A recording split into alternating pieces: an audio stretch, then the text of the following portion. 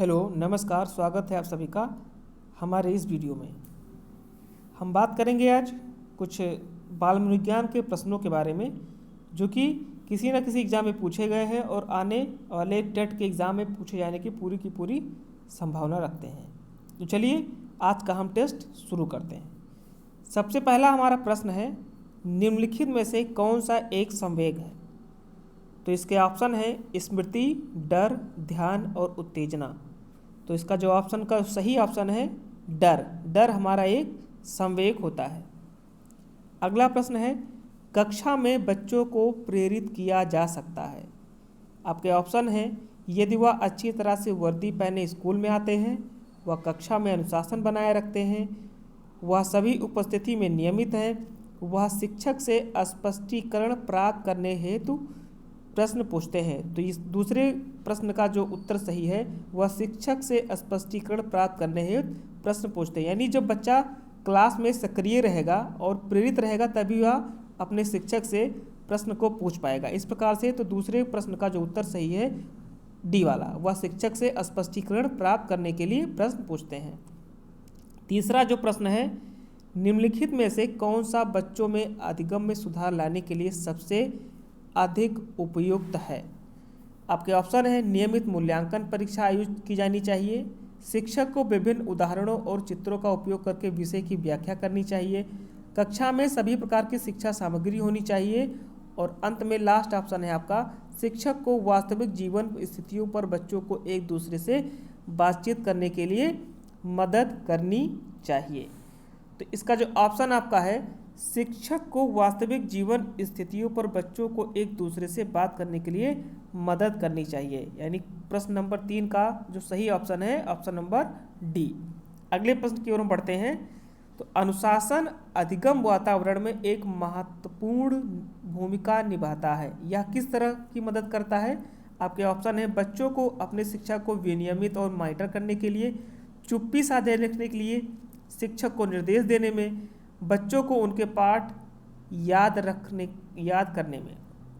तो इसका जो सही ऑप्शन होगा बच्चों को अपने शिक्षा को विनियमित और मॉनिटर करने के लिए। अगला प्रश्न है, विविध अधिगमकर्ताओं के लिए सुगंध स्वरूपों में शिक्षण अधिगम सामग्री या प्रदान करने का तात्पर्य ... से है।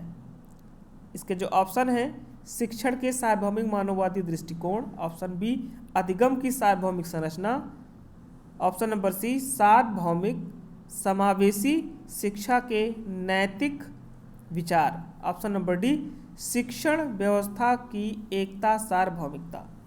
तो इसका जो ऑप्शन सही है अधिगम की सार्वभौमिक संरचना। क्वेश्चन नंबर 5 का जो सही ऑप्शन है अधिगम की सार्वभौमिक संरचना। प्रश्न नंबर अगला हम आते हैं प्रश्न नंबर 6 में, स्वजागरूकता एवं संज्ञानात्मक क्षमताओं का नियंत्रण जैसे योजना बनाना, समीक्षा करना और संशोधन करना इत्यादि में अंतर्निहित है।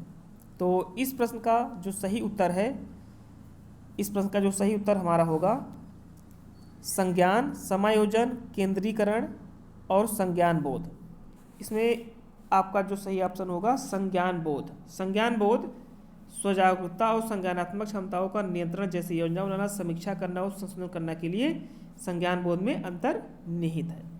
अगले प्रश्न की ओर बढ़ते हैं। अधिगमकर्ताओं को व्यक्तिगत क्षमता के आधार पर उनकी कठिनाइयों के विभिन्न स्तरों को ध्यान में रखते हुए परेशानी की विधि को कहा जाता है। चयनित अनुदेशन, सटीक शिक्षण, त्रुटिहीन अनुदेशन, विभेदी अनुदेशन। तो इसका जो सही ऑप्शन है त्रुटिहीन अनुदेशन। बढ़ते हैं अगले प्रश्न की ओर। प्रतिपालन अधिगम का एक विशिष्ट चरण है जो अधिगम के चरण का पूर्ववर्ती है। प्रतिपालन अधिगम का एक विशेष चरण है जो अधिगम के ... चरण का पूर्ववर्ती है। तो इसका जो सही ऑप्शन हो जाएगा सामान्यीकरण। जो सामान्यीकरण होता है वो अधिगम के चरण का पूर्ववर्ती होता है। क्वेश्चन नंबर 9 पे हम आते हैं। जनजोग का यह मानना है कि संज्ञान और भाव ... होते हैं। जनजोग का मानना है कि संज्ञान और भाव होते हैं। क्या होते हैं? तो ये आपके हो जाएंगे स्वतंत्र। इसका जो ऑप्शन सही है क्वेश्चन नंबर 9 का जो ऑप्शन स्वतंत्र ऑप्शन है वो सही है। संज्ञान और भाव एक दूसरे से स्वतंत्र होते हैं। क्वेश्चन नंबर जो 10 है, पहले से सीखे हुए कार्यों में सुधार लाने के लिए शिक्षक बच्चों को प्रदर्शन देकर दिखा रहा है, वह शिक्षण की किस विधि का प्रयोग कर रहा है। पहला ऑप्शन है संशोधन, प्रतिरूपण, अनुकरण, अवलोकन। तो इसका सही ऑप्शन हो जाएगा प्रतिरूपण। जो प्रतिरूपण है वह शिक्षण विधि का प्रयोग कर रहा है। अगले प्रश्न की ओर बढ़ते हैं। Question number 11। जब सोचने की प्रक्रिया किसी भाषा द्वारा प्रभावित होती है तो ऐसी स्थिति को हम क्या कहते हैं। ऑप्शन आपके हैं संज्ञानात्मक पक्ष, सामाजिक भाषाई उद्धृत, संस्कृत प्रभावित, भाषा निर्धारित। तो जो इसका आंसर सही हो जाएगा भाषा निर्धारित, यानी भाषा के द्वारा सोचने की प्रक्रिया जब प्रभावित होती है तो ऐसी स्थिति को हम क्या कहते हैं, भाषा द्वारा निर्धारित। अगला जो हमारा प्रश्न है, अपने अनुभव और लक्षणों के आधार पर उपकरण खराबी के कारण ही परिकल्पना का परीक्षण उपकरणों की मरम्मत करता है। वह उपयोग करता है मानसिक दृढ़ता का, अनुमानी विधि का, अंतर्दृष्टि का, कलन विधि का। तो जिसका सही ऑप्शन है अनुमानी विधि का। बढ़ते हैं अगले प्रश्न की ओर। संज्ञानात्मक क्षेत्र का सही क्रम है। तो इसका जो सही ऑप्शन है ऑप्शन नंबर डी, ज्ञान, अवबोध, अनुप्रयोग, विश्लेषण, संश्लेषण, मूल्यांकन। संज्ञानात्मक क्षेत्र का सही क्रम है। बेहद ही इंपॉर्टेंट प्रश्न है, कई बार पूछा गया है। बढ़ते हैं अगले प्रश्न की ओर। तो निम्न में से कौन सा शिक्षण का सूत्र नहीं है। तो इसका जो ऑप्शन आपका सही हो जाएगा option number D. Option number जो डी है वो शिक्षण सूत्र नहीं है। बढ़ते हैं अगले प्रश्न की ओर। कौन सा अच्छे शिक्षण की विशेषता नहीं है। जनतांत्रिक, सहानुभूतिपूर्ण, स्वेच्छाचारी, वांछनीय सूचनाएं देने वाला। तो यहाँ पे जो ऑप्शन नंबर सी है स्वेच्छाचारी। एक स्वेच्छाचारी जो गुण होता है वो एक टीचर का, वो टीचर सेंटर्ड एजुकेशन की ओर तरफ इशारा करता है, जबकि वर्तमान समय में चाइल्ड सेंटर्ड एजुकेशन है। तो इस प्रकार से स्वेच्छाकारी जो ऑप्शन है वो अच्छे शिक्षण की विशेषता नहीं है। बढ़ते हैं अगले प्रश्न की ओर। सूक्ष्म शिक्षण में प्रथम पद होता है। यहाँ पे थोड़ा करेक्शन है। तो सूक्ष्म शिक्षण में जो सूक्ष्म शिक्षण होता है उसका प्रथम चक्र क्या होता है, उस चक्र का प्रथम पद क्या होता है। तो यहाँ पे सबसे पहले सूक्ष्म शिक्षण में जो योजना बनाई जाती है। तो ऑप्शन नंबर बी आपका जो है क्वेश्चन नंबर 15 का सही आंसर है। क्वेश्चन नंबर 16 की तरफ पढ़ते हैं हम। निम्न में से कौन सा अवबोध स्तर के शिक्षण में शामिल है। अनुप्रयोग, तुलना, पृथक्करण, अन्वेषण। तो यहाँ पे जो आपका ऑप्शन रहेगा यहाँ पे तो इस क्वेश्चन की अगर हम बात करें तो इसमें सभी ऑप्शन मैच कर रहे हैं। तो एक बार इसको आप लोग अपने हिसाब से देख लीजिएगा, क्योंकि यह क्वेश्चन आयोग में एक बार पूछा गया था और ये क्वेश्चन विवादित क्वेश्चन है। तो यहाँ पे चारों ऑप्शन जो हैं वो अवबोध स्तर में शामिल हैं। तो इस प्रकार से इसके चारों ऑप्शन सही हैं। बढ़ते हैं अगले प्रश्न की ओर। प्रश्न नंबर 17। थॉर्नडाइक ने अपने सिद्धांत को किस शीर्षक से सिद्ध किया। बहुत ही पॉपुलर क्वेश्चन है। तो इसका ऑप्शन हो जाएगा अधिगम के प्रयास एवं भूल। प्रश्न नंबर 18 की तरफ हम बढ़ते हैं। पियाजे के अनुसार विकास की तीसरी अवस्था निम्न में से कौन सी है।